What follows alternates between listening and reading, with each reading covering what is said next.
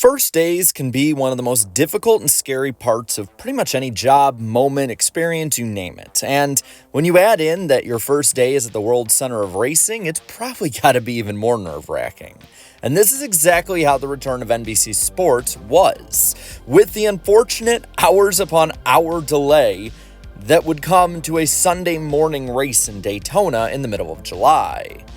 Rumor being, some of the drivers were thinking the race would be canceled to the next day because of the rain and because of the major delays. But NASCAR got it together, and they got it to the green, led by none other than Dale Earnhardt Jr. As they make their way into the tri-oval, green flag back in the air.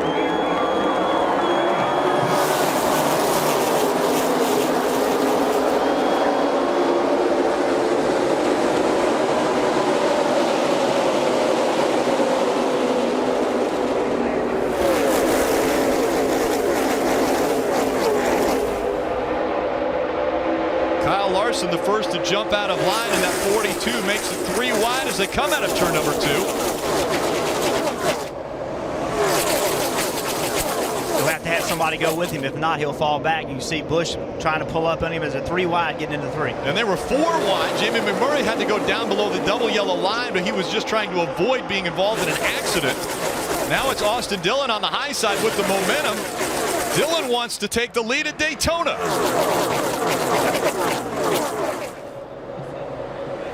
The 3 leading at Daytona, the first lap of the Coke 0400. In an odd turn of events, it was the 3 car that took the lead from an Earnhardt. This wouldn't be the biggest highlight of either of their nights, though. Speaking of 3, lap 3 brought calamity. If we see it done correctly there, if it's done incorrectly, there'll be a wreck. And around they go. The 38 goes sideways. David Gilliland sideways as they come out of turn number 4. Also involved, the 22 of Logano. The 32. Multiple cars involved in this one. Joey Logano damage to the right rear. The 26 of Jeff Burton involved. So the 38 of Gilliland. The 10 of Danica Patrick. Looks like she has damage to the right side.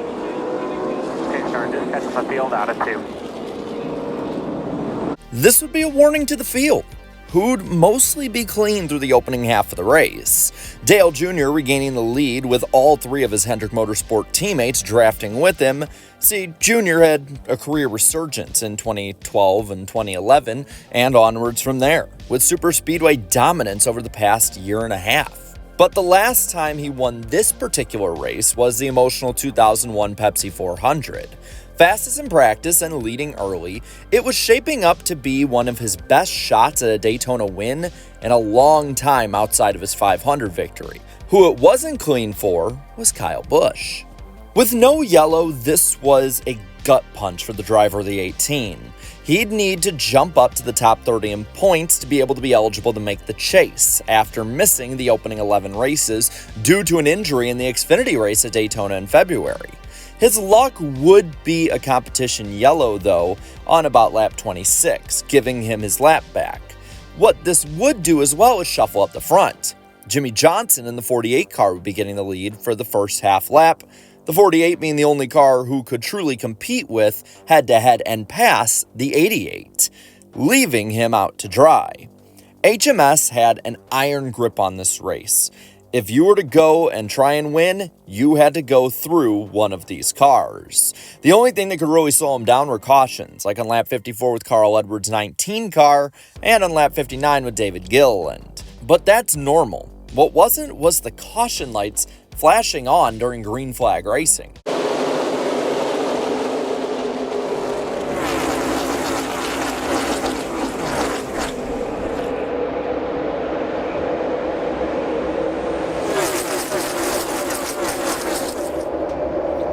Maybe it's just me that's seeing it, but do you see the yellow lights flashing on the outside of the wall? Is that... They were for sure when they went through turns 1 and 2. It seems like they've been shut off now. Maybe just either a malfunction or a late opportunity to shut the lights off. So we stay green. The spread out nature didn't last, though. Daytona still had to take some bites out of the pack. Take a look at what happens. The 42 of Kyle Larson completely sideways. gets down to the apron. You see the sparks where the track bar mount hits the ground. He saves it, but he comes up the track, has no choice but to connect with the 19, who then starts to spin. Brad Keselowski gets a face full of sparks. The 17 does go around, and now the track is blocked. Now these guys are trying to find a hole through, and the 2 gets woed up, and the 3 kind of gets woed up, but then you see Carl Edwards goes back up the track, and here comes Brian Scott with a full head of steam, makes big contact with the back of the 19. Yeah, Brian Scott looked like he was going to be able to get through this clean. He was accelerating to try to get by the cars, but then up came Carl Edwards from the bottom of the track. Getting restarted and past the 100-lap mark, strategy shuffled the field again, and yet Dale Earnhardt Jr. would regain the lead before Daytona struck again. Front of the field. You can follow Miss Sprint Cup as the big one's happening once again, coming out of turn number 4. Into the wall, Kyle Larson. Multiple cars sideways. Martin Truex Jr., a lot of damage to the front end of his car. We've seen this time and time again. The 20 tries to come down on the 5. I don't know if he actually makes contact with the 5 or just the air gets him loose. Man, and then it's just a mess. So with less than 50 laps left, the fight was on. Earnhardt and Johnson both with the knowledge that whoever could gain control of the lead would gain control of the race and wrap up possibly the night.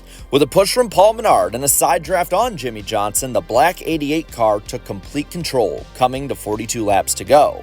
And like he did at Talladega earlier in the year, Earnhardt would form the big choo-choo train up at the top of the track, looking just to log laps to the finish. Of course, his plan would be foiled by NASCAR's caution clock. Danica Patrick into the wall in turn number 2, the pack catching up to her as they go down the backstretch.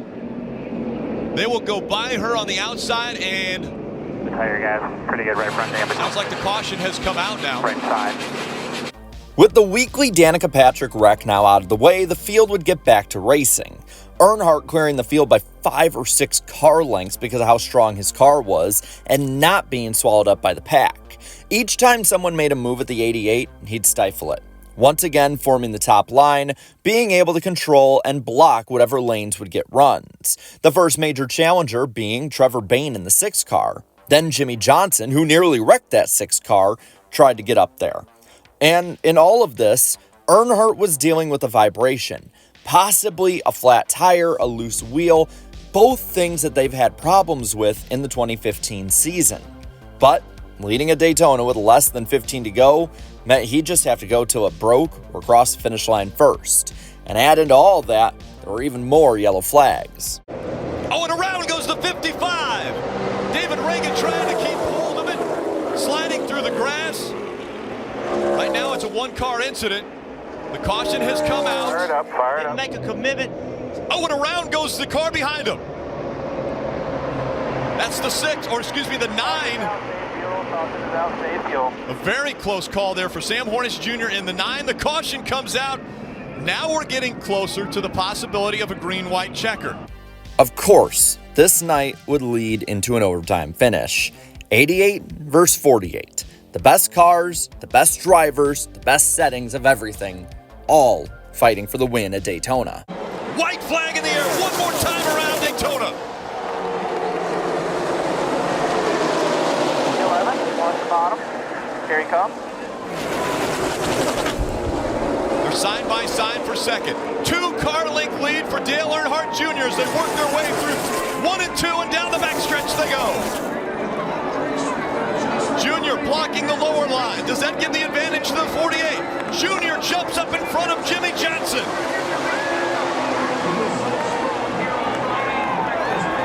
To the bottom of the racetrack, Dale Earnhardt Jr. trying to stay in front of the pack. They work their way through 3 and 4. Into the trioval they come. Dale Earnhardt Jr. to the bottom of the track. Junior will win at Daytona. And the big one happens behind them. Oh my God. For what felt like forever, time stopped. I remember watching this live, and it felt like an eternity before Austin Dillon climbed out of the husk of his number 3 car. In total, it was only 58 seconds since hitting the catch fence to him walking out. For the second time in 3 years, the Daytona catch fence was torn wide open, And both times, the driver would walk away unscathed. Possibly even more insane is the fact that this made a Dale Earnhardt Jr. win at Daytona an afterthought. This race would be big for the outlook moving forward in 2015. At Talladega later in the year, NASCAR instituted a single overtime to try and, in part, have safety in mind.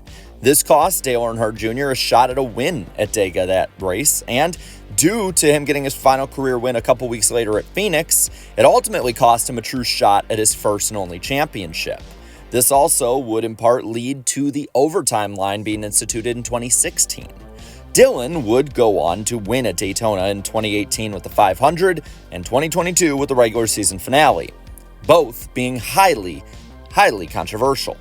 As for Daytona, well, it'd continue to have flips and major wrecks and take bites out of drivers to this day. And NBC would go on to eventually lure the winner of this race, Dale Jr., up to the booth, and over time overtake Fox Sports as the favored partner on TV for NASCAR fans. All in all, the night and morning of this race would be cemented into the history of NASCAR racing. And with that, I'll pass it on to you. What Daytona moment stopped time for you in a really good way, bad way, whatever it might be? What moment do you remember most from Daytona? Let me know down in the comments below. And while you're at it, leave a like on this video, share this video, and subscribe to this channel for more great and fun NASCAR content. Thank you so much to all my channel members for your continued support. And until next time, have a good one.